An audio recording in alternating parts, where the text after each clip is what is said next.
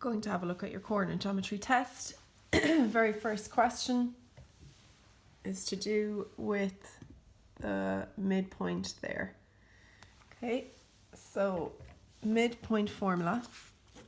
Now you could draw it out and try and find the point in the middle, but it's never, well, it's usually not going to be as accurate or as fast as getting your midpoint formula.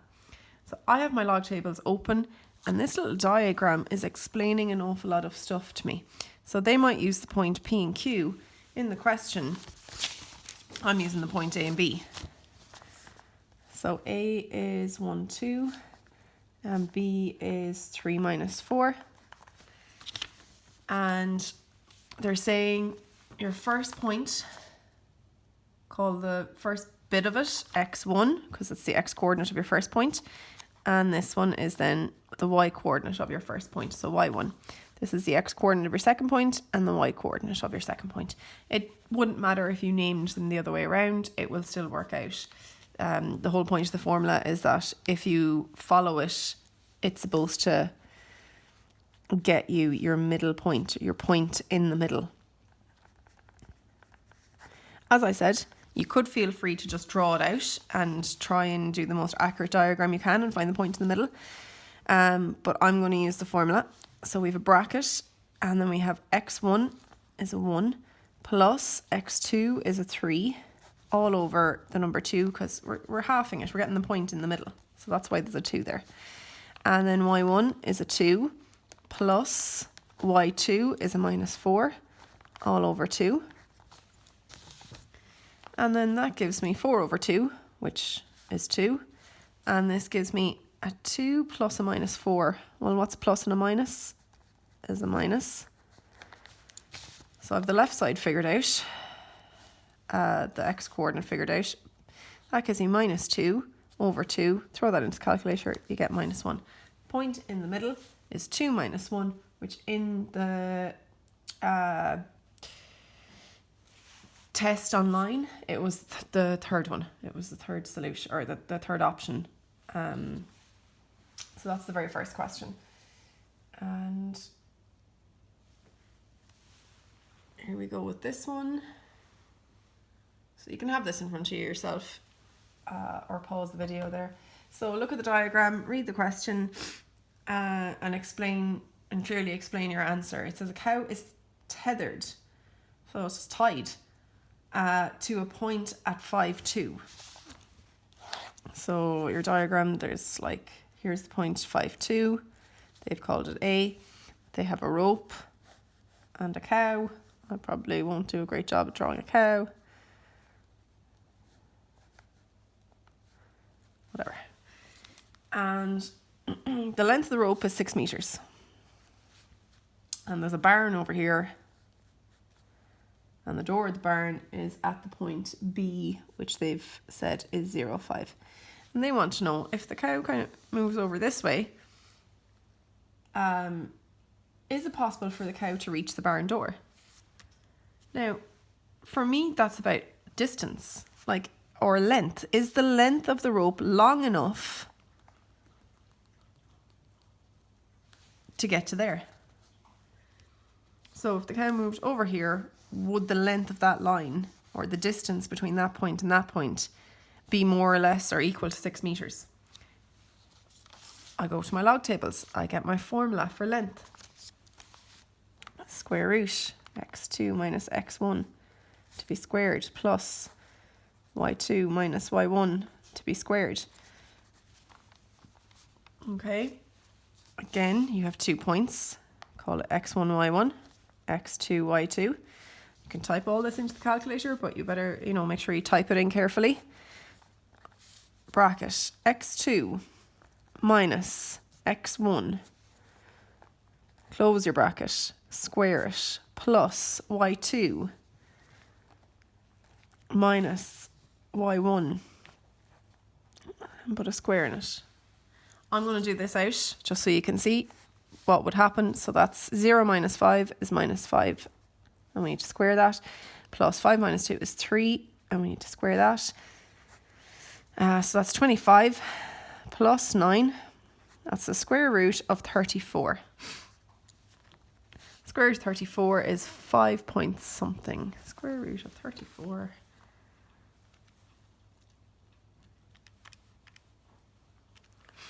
So the distance from there to there is about 5.8 meters. And the length of the rope is 6. So does the cow have enough rope length to get as far as the barn door if she wants? Yes. So answer to that is yes, because the distance from A to B, now you can write it in words, I'm just too lazy to do that. Distance from A to B is less than 6 meters. Or whatever way you wanted to explain it yourself. Like a good few of you explained it very well in how you did it. The next one. So I'm actually going to go through this. It said which has a slope of 1. Well, that means that you have to have rise and run of the same thing. I'm just going to have a look at this. I want you to see B. B is flat. That's a slope of 0. A is going up like this. So that's a positive slope. C is a negative slope. So they might be the same slope number, but one of them will be a plus of that. So plus 1, and this one is a minus 1. Now, why am I saying 1? Well, look at the rise. So this is 3 boxes up, and look at the run. This is 3 boxes over. I don't know if, oh, sorry. Hold on. Yeah. Sorry, I don't know if you can see that. I can't really touch the screen because it does the touch screen. So 1, 2, 3 boxes high. 1, 2, 3 boxes in your base or rise and run. So 3 over 3, that's a slope of 1. And because it's going up from left to right, it's a plus 1. Now I would have taken out little stickle bricks and shown you this, to do with a slide. Creating a slope or creating a slide is all about your rise or your height of your slide here, the height and the base. This is a minus 1 of a slope because it has a rise of 3, a run of 3, but it's going down this way. So we have to indicate what way things are sloping. Yeah, and you can have a look at other ones, even from just watching. This one has a slope, it has a minus slope. This one has a plus, that's a minus slope. This one also is a minus slope. This is a plus slope. This is a minus slope. This is a minus slope. This is a slope of 1, 2, 3, 4. So that's a rise of 4 and 1, 2, 3, 4, a run of 4. So that's a slope of minus 1 also. This has a rise of 1, 2, 3 and a run of 1, 2. So rise over run is 3 over 2 and it's a minus 3 over 2 or a minus 1.5. So the answer in this one, which one has a slope of 1? A. A has the slope of plus 1. And which of the following 2 lines have the same slope? Well, it's C and Q. All right. I think some of you would have said A and C. But A and C, they don't have, they might have the same number, a slope of, a steepness of 1, let's say, but we have to indicate which direction. Is it a slope, a plus slope, or is it a minus slope? So this does have a slope of plus 1, and this one has a slope of minus 1. It might be the same number as in the 1, but it's not the same slope because there's different directions involved. So it's C and Q. And then there was a few answers to this.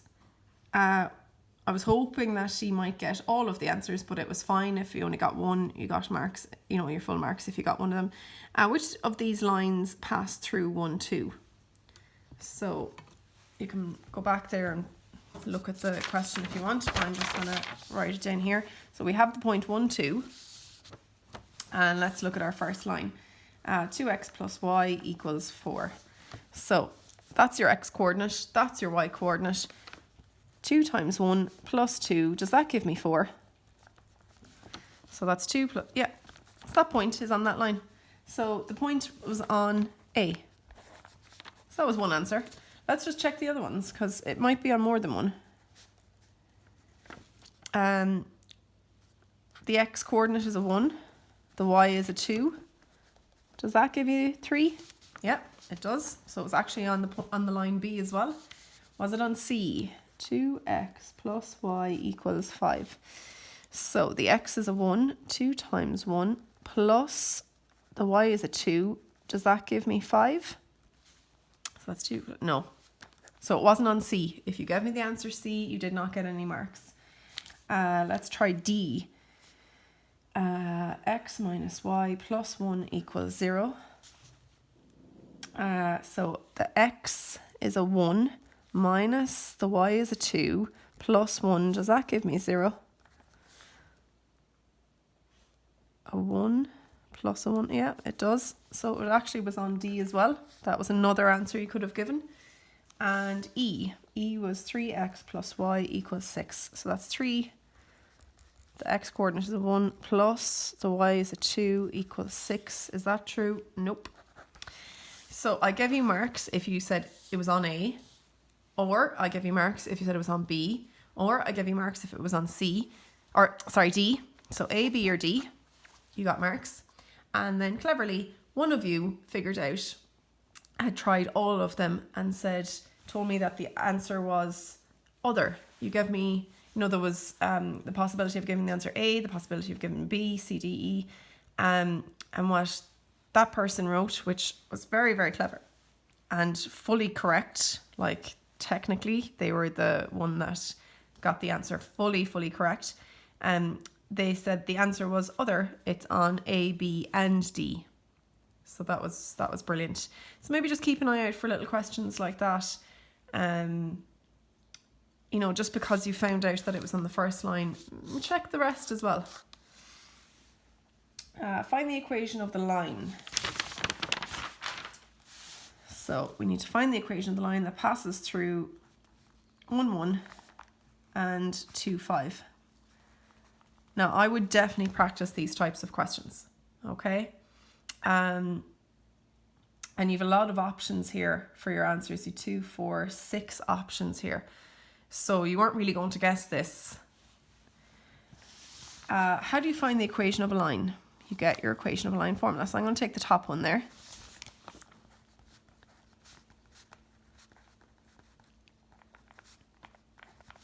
So y minus y1 is equal to m bracket x minus x1. Again, I am naming this x1, y1 and x2, y2 as it says in the diagram. So y1, I'm going to throw in a 1. X1, I'm also going to throw in a 1. What's m? Go back to your thing here, your log tables. There you see m. M is the slope. So I'm going to start off and I'm just going to go, right, y minus y1 is equal to m, the slope, I don't have it yet, bracket x minus x1. And I need to get this, so I'm going to go over here to rough work. I'm going to get my formula for slope.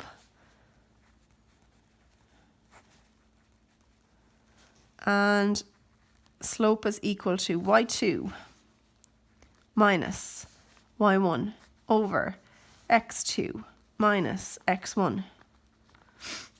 So that's 4 on the top and 1 on the bottom, so slope of 4. Hope that makes sense there.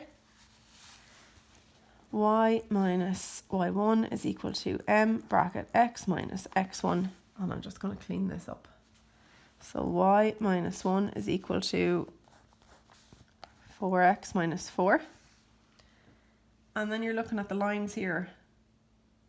None of them looked just like that. So I'm going to move this around, clean it up a little bit. I'm going to move maybe everything to the right. So that's 4x. So I'm going to add 1 to both sides. That's y equals 4x minus 3. Oh, look. I have it in the format of y equals. So there's your slope. There's your where it cuts the y-axis. That's just a side note. Okay, so now I'm going to subtract y from both sides. And I end up with 4x minus y minus 3 equals 0. And that's the second one. That was the second option on the list. And there was 10 points going for that. And then find the slope of the following equation. Loads of ways to do this.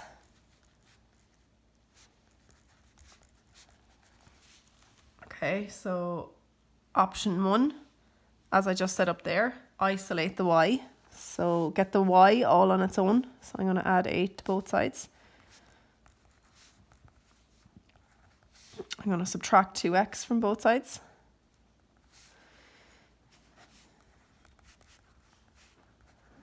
And there it is. Once the y is completely isolated, it's a 1y, not a 10y or anything like that. There's only the number 1 attached. So if it's a 1y, and I'm looking at this here, y on its own is equal to the slope times the x plus whatever. So the y on its own is equal to the slope times the x plus whatever. So slope is -2. And that was, I think, 1, 2, 3, 4, 5th option on your list. Another way of doing that, that's just option 1. Why don't we move this around? I'm going to add 8 to both sides. So we have 2x plus y equals 8. So give me points on that line. 0, 8 is on it. And 4, 0, I think, is on it. Get your x1, y1, x2, y2, and get your slope formula. I had it up there earlier on, so y2 minus y1 over x2 minus x1. So y2 minus y1 over x2 minus x1. Throw that into your calculator and you get -2. So no matter what way you did it, there's loads of different ways to do it, you would have gotten the answer -2.